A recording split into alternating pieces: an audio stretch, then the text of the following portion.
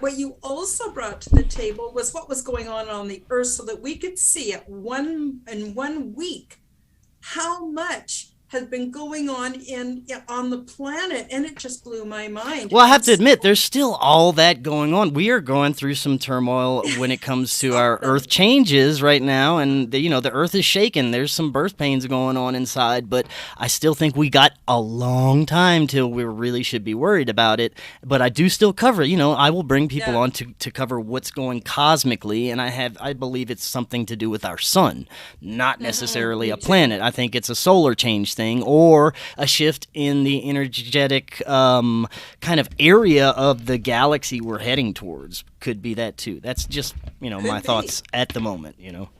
One thing we can be sure of is that the powers that be on earth, whether it's government, science, medicine, and they're all a bunch of flippin' liars. You can't believe anything they say. So if they say, oh, no, no, that's not true, it might be true. So as your show evolved, I just got so much out of it, but I noticed you turned uh, kind of into another, not a new direction, but you sort of focused your direction when the 2020, for lack of a better term, I'll call it global shitstorm hit. Then you stopped doing the weather and stuff because you needed to be there for what was going on, in society, Yes. medically, politically. Oh my God. Even 5 years ago, if anyone had told us what 2020 and 2021 would be like, we never would have believed it. Yeah. And what a shitstorm we're in now, pardon my language. But what your show has done is kept a really good balance on keeping us aware of what's going on today, but also seeing the historical links. And so whether you have guests on that talk about megalithic structures, space weather, it could be anything. It all is relevant and ties in. And I just appreciate your show so, so much. And like I said, I wouldn't be here today because I mean, you keep looking and looking and looking and you get discouraged sometimes. You just want to throw the whole thing out and do something else. But I've had a strong calling. I know you've had a strong calling. So my next question is, I know you've had a lot of guests on your shows, and I know one guest is not superior to another guest, but I have to ask you, which of your guests inspired you the most? And what can you tell us about their message? So who really hit you in the sweet spot, really inspired you out of all your guests?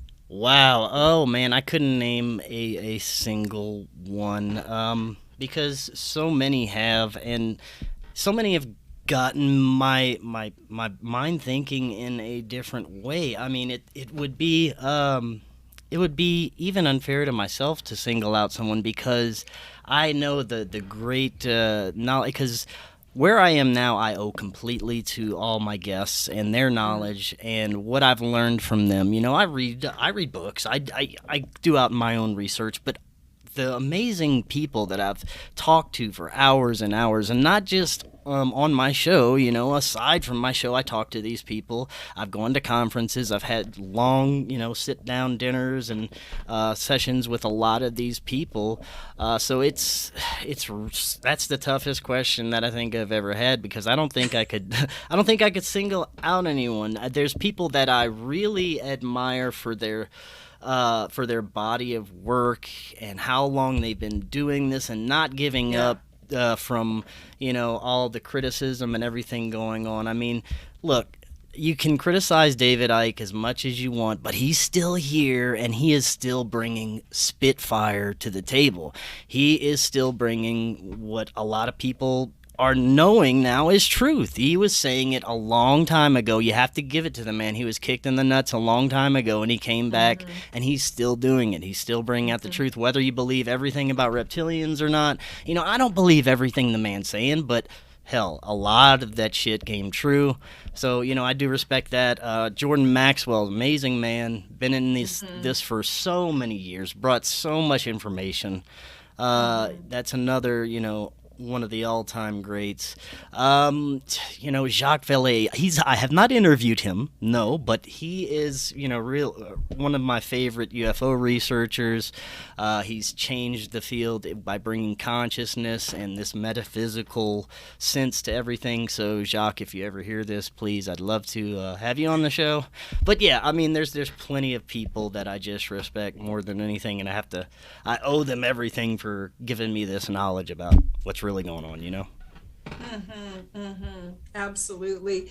Another person who I discovered on your show was Mathieu LaCroix, and the Matthew. incredible information he has about the megalithic stones. Now, what you've done is you've brought people who really understand the matrix and do their best to present that to us so we can wake up. But then there are other people like Matthew who brings the furthest distance past that I never even dreamed was possible to reality, and how that also plays into the matrix. All roads seem to lead to Rome in exposing the society that we live in. And like, for instance, I'm completely convinced that our history was fully constructed and quite recently. So that what really happened, like, for instance, the mud floods and stuff like that, 1700s, nobody talks about that. They had free energy that close to us, but no, they shut all that down to bring in the wires and the overhead high tension lines. I'm sorry, I'm rambling, but I'm just trying to say that how everybody that you've had on your shows, everybody that I have found through you, has given us a different piece of the puzzle, another component that's not only fascinating and interesting and makes sense and is well researched, but it also all fits together so that we can get a better sense of why we're here and what our unique part is in this great pantomime or play that we're involved in. And so I really, really appreciate that. Were you going to say something about Matthew? I was, because when you brought him up, it immediately made me think about how profound the research he's done, and he was one of my earliest guests. He was so kind enough to want to come on my show and give like a 2-hour presentation with me. He was like maybe my third or fourth guest that I ever had. He's a great guy. Now he's one of my neighbors. He's living here in Colorado. We have yet to hang out together, but he keeps saying, he promises, I know he's a busy guy. He just got a job at Gaia. But Matt, to me, is what Zachariah Sitchin should have been. He is the real deal. He brings these Sumerian mythos, even Egyptian, beyond all prehistory. I mean, the guy's got a 200,000 year timeline that he made. I mean, who does that? He's one of the most profound ancient history researchers that I know, and he's so young. He's going to be, imagine the work he's going to be doing 10, 15 years from now. He's going to be blowing it out of the water, and he already is. So, yeah, Mathieu LaCroix is one of the best, and the check is in the mail to him, too. And, I just want to mention another guest. It's not that anyone is better than any other. They're all fantastic. But I got to tell you, I love what Preston Dennett has brought to the table as far as the ET world. He's very methodical, very accurate, very open-minded, and he makes room for all kinds of experiences. So I met him through watching your show is how I ended up meeting him too. So just there's so many valuable people. So I recommend, another thing I love that you've done is you've gone on and now you've reproduced some of your older shows. We've got flashbacks to some of your guests in 2019, 2017, 2016. So we can get that really good stuff that maybe we've forgotten about, because it was relevant then, but it's relevant in a new way today. I don't know. Would you agree with that?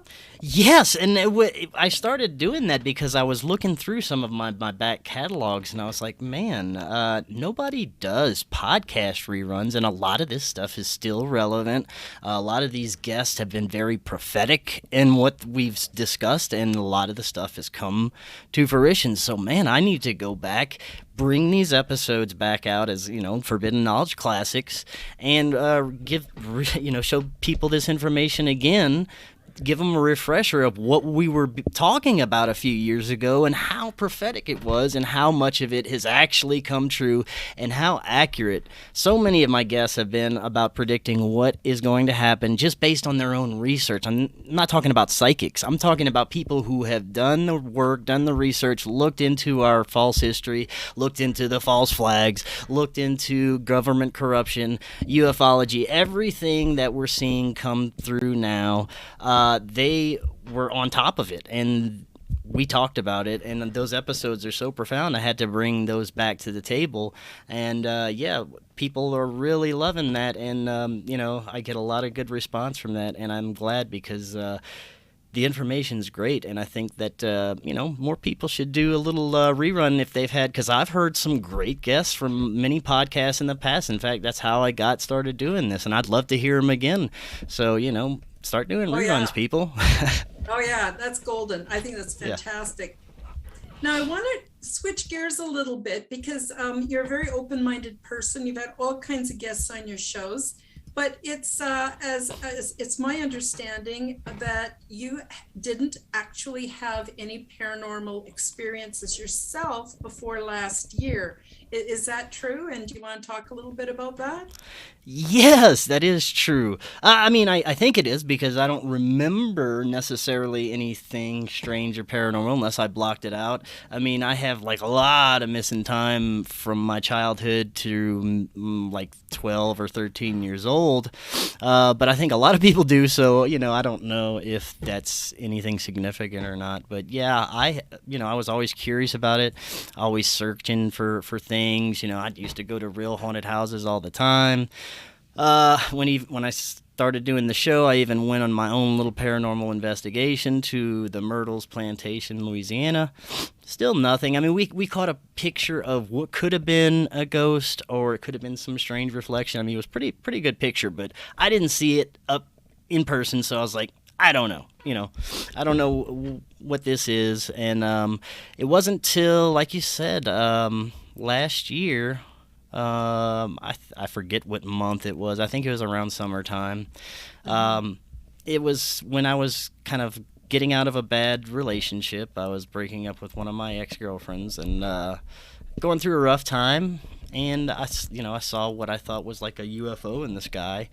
And this is a long story, so I'm going to give you the cliff notes of everything that kind of happened. Comfortable with, yeah. comfortable with this So. point. It's like a 3-day thing, or maybe 4-day thing that happened with this whole experience. So, yeah, it was pretty interesting. But I saw these 3 flames in a triangular formation. One here, 2 there. They're going straight up in the sky, and they're not too. Didn't appear to be too fast. Kind of just steady going up. And I was talking to somebody, and they were looking at me, and I was looking at this thing, and they didn't see any of it, and it all of a sudden just kind of stopped and stood there in midair for a second and took off, disappeared. It was gone within an instant. I couldn't really explain what it was, and I've never seen anything like it, so I just kept it in the interesting check mark box there in the back of my mind, but I didn't really think about it after that. At the same time, I'm trying to do meditation. I'm trying to go deep into meditation practices because I had this block in meditation. I couldn't get past a certain point. Mm-hmm. So I was, really trying to do that. And one night I did. I really went past my blocking point in meditation, went as deep as I could.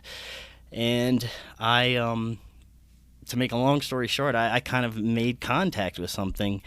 It started out as this wonderful feeling of love and this emanating blue light coming into my consciousness, and it started speaking to me. And this is not like anything I've ever experienced. It was psychic instant communication. It would answer a question as soon as I would ask. It said hello. I was kind of freaked out for a while. I even went back to like Catholic childhood dogma. I was freaking out. I said, "In the name of Christ, are you good?" And it immediately love feeling yes. I said yes, and it was like so confident and made me feel so good about it. I was like, okay, let's have a conversation. So we start talking. It was the most profound experience I've ever had. It gave me a lot of information about myself, what was going on in the world, things that I needed to know basically to get me moving in the right direction. And you'll kind of see what I'm talking about there after the story ends. But I call you. You're the first one I call, Karen, immediately because, you're one of my favorite contactees. You've had some profound experiences, and I thought you might be able to help me understand it, and you did.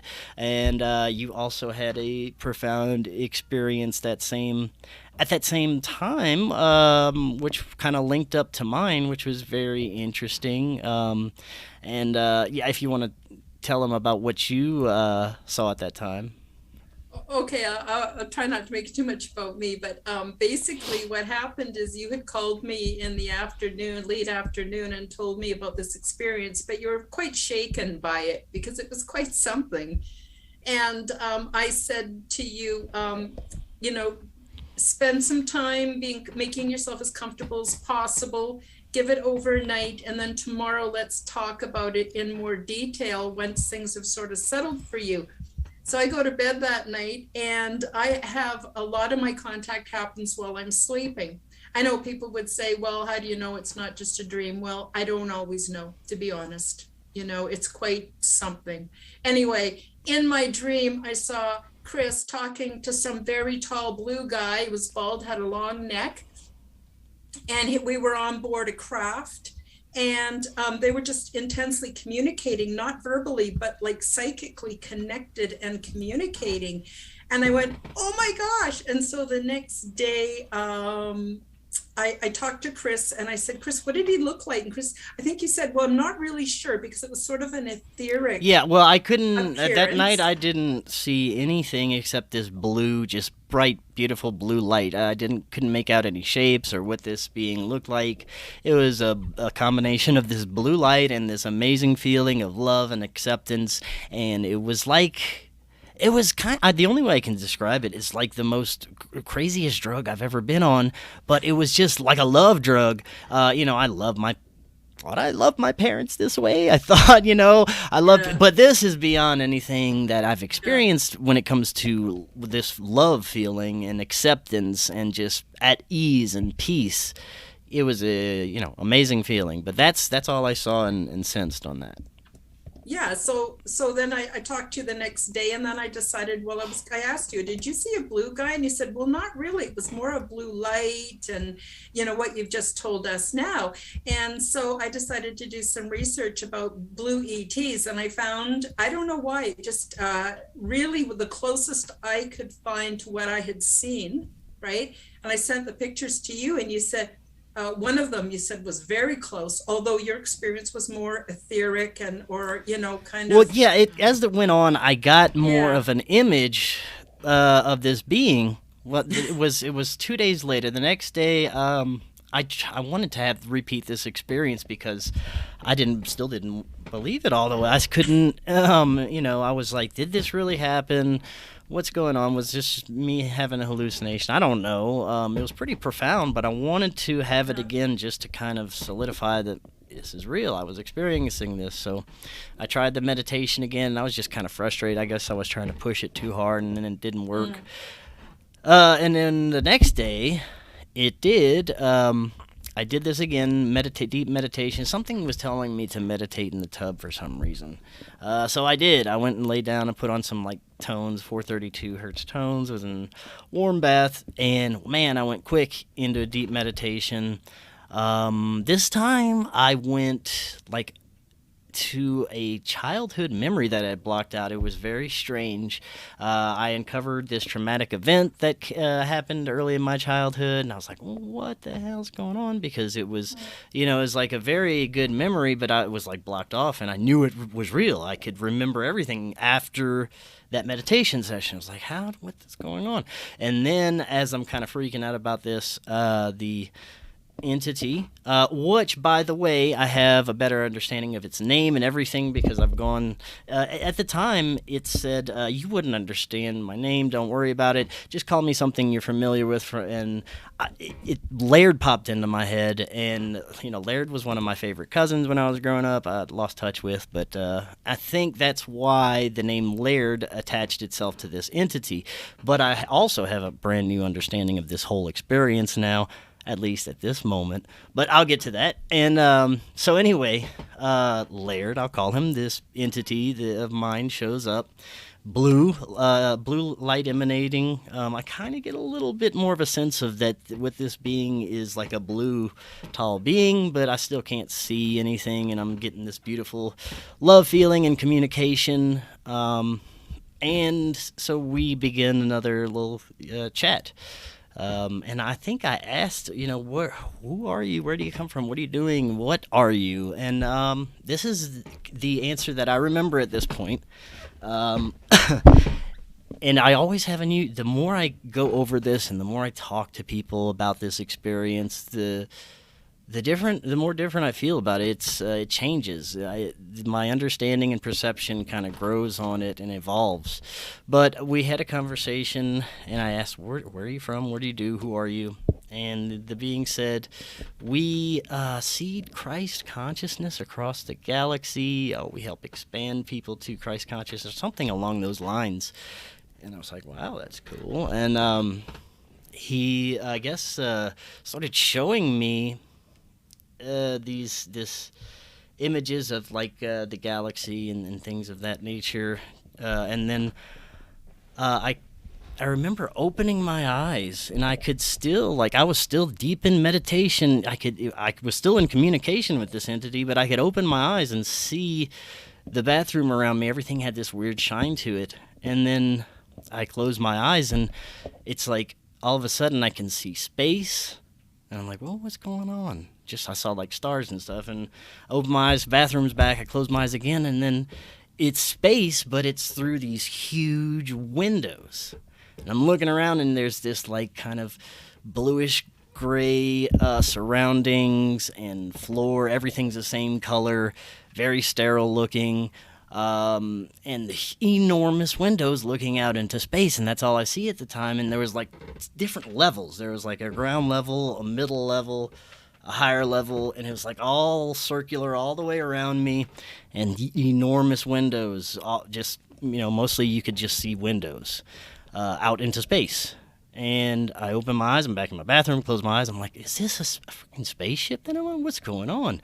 And all of a sudden, I can start to feel like a lot of more of this feeling of love surrounding me, and it feels like I can tell it's from different beings. If for some reason I can tell this love is coming from this being, this love is coming from a different being over here, and all of a sudden they start to appear etherically, and I can see them. It's in my mind's eye. I can see what they look like. I open my eyes. I'm just in my bathroom, a little haziness everywhere. I close my eyes, I can see these beings showing up. Etheric little spiritual looking dudes, but some of them are animals. Some of them are very strange looking. Some of them are like hairy, just like different little etheric creatures, and they're sending me love. And a little frog man starts talking to me, and he welcomes me and asks me if I accept this task. It's super fantastic, and I started crying, and like it was the most extraordinary experience I've ever had. And I was like, what the hell is going on? Is this real? And after a while of this talking with these beings, and me accepting, I guess, my earthly task they asked me about, and I accepted, because this was pretty amazing. I don't think there was anything negative about this experience at all. These beings I don't think anything that was malevolent could send you feelings like that, and have this type of message for you. But after the whole thing was over, I was getting these amazing downloads all day. You need to read this. You need to look into this. Go do this. Do this. Quit your job. That kept popping in there. Quit your job. And I'm like, fuck, I can't quit my job. I'm making like $60,000, $70,000. And move halfway across the country. Yeah, I mean, yeah. I'm gonna quit a very nice paying job, and do this where I'm making at the time about $300-400 a month off the podcast, as opposed to maybe $60,000-70,000 a year. Okay, so I have this is pounding in my head, but at the same time, I hate my job. I loathe my job. I didn't like the people I worked with. I didn't like the feelings I got when I was at work, and it increased after that. I became more sensitive to energy, people's feelings, even sometimes people's thoughts. This kind of I opened up somehow, and I became more empathic, and I could sense things, and I found out that I could even manipulate things and manifest things at times. But only if I was doing it in a positive way, and not in a selfish way, and for the right reasons. And I kind of embraced that and said, all right, so I need to apparently quit my job. Well, let me finish this contact experience. It happened one more day. The third day it happened, I got sick, and I wanted ultimate. I was like, this is real, but I don't know, I need more proof. I'm an asshole. I don't know. So I was like, I got sick. I accidentally ate the wrong thing, and I'm like in the worst pain ever. And I have stomach problems. Sometimes go to the hospital because of it. Not anymore, but I used to. And I'm like, all right, guys, if this is real, y'all come here and heal me or something. I was, I don't know. I was in pain, and I was kind of yelling at him. And Laird shows up. This beautiful feeling of love. He's like, you can do that for yourself.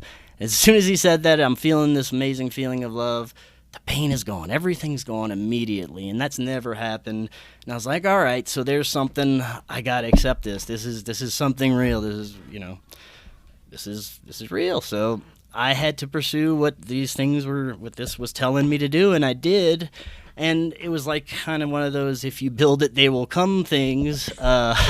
So I, at the time, I had my producer and occasional co-host, Corey Hughes. He came live with me, and we were in Louisiana at the time. I was still doing my shitty job, and the show was just barely scraping a few, $100 a month by, and I was like, you know what? Something's telling me to just quit and go somewhere better. I hated it there in Louisiana. I was like, oh, screw it. I took out my life savings, which was not that much, and we just took off to here, where I'm at now in Colorado, and just started doing the show, hammering out episodes like daily. I would do maybe 2 or 3 episodes a week before, because of my day job. And now I just threw myself into it and we struggled for a while. We had to ask for donations, and there was a couple of weeks and months there where it looked like we wouldn't be able to do this, and we would have to give up and get some day jobs, go and flip burgers or something. But one day it just happened. We looked at our revenue, and it's like, oh my gosh, we're going to be able to pay our rent. And we're going to be able to actually have food the next month. And, things just kept getting a little better because I think I did what I was supposed to do with the universe, with myself, with these guides was asking me to do. And that's the understanding that I've come to about who and what I was talking to. Mm-hmm. Not necessarily aliens. Not necessarily extraterrestrial beings from a different planet, or even necessarily from a different dimension. I believe that I was talking to either my higher self and my spirit guides, or my future self and spirit guides, or a combination of both, or all of the above, or none of the above. I'm still not going to say for sure I know what it is, but that's where I'm leaning towards right now, is my inner self. My guides were trying to push me because I was miserable, and I knew I was supposed to do something with this show. And they had a conversation with me. They kicked me in the ass to get me going. And I completely believe that it's, we're all connected. Everything in this universe is connected. So even though it was me, it was still something other than myself telling me to do this as well. It's not just me. It's my connection to Source. It's my connection to, I believe there are angels. I believe we have spirit guides. I believe there are other entities that have our back, that are with us at all times, that if we're not going the right direction, they're going to manifest in some way to try and get us to go in that direction, and it's our choice after that. If we choose to do it, great. If we don't, and we might not see what we want. So I think that's what happened, and I think that it manifests different ways for different people, and people that seek the experience will experience it easier than people that fight it and don't want to go with the flow, if you know what I mean.